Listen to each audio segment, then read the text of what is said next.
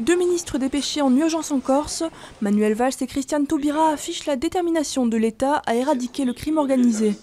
Ils appellent les Corses à se mobiliser après l'assassinat du président de la Chambre de commerce et d'industrie de Corse du Sud, le 17e homicide depuis le mois de janvier. Les violences font rage entre Israël et le Hamas.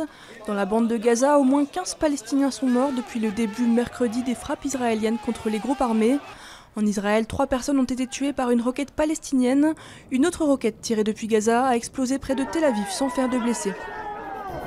Le groupe BP va payer 4,5 milliards de dollars, la plus grosse amende pénale de l'histoire américaine.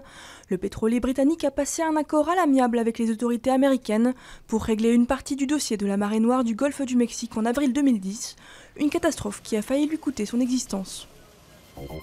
La zone euro retombe en récession au 3e trimestre pour la 2e fois en 3 ans.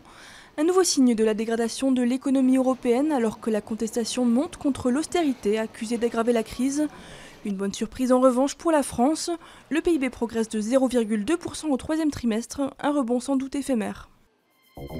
C'est la nouvelle idole des jeunes. Joël Dicker remporte le Goncourt des lycéens pour son roman intitulé La vérité sur l'affaire Harry Kéber. Le Suisse de 27 ans réalise ainsi un beau doublé après avoir séduit les immortels de l'Académie française.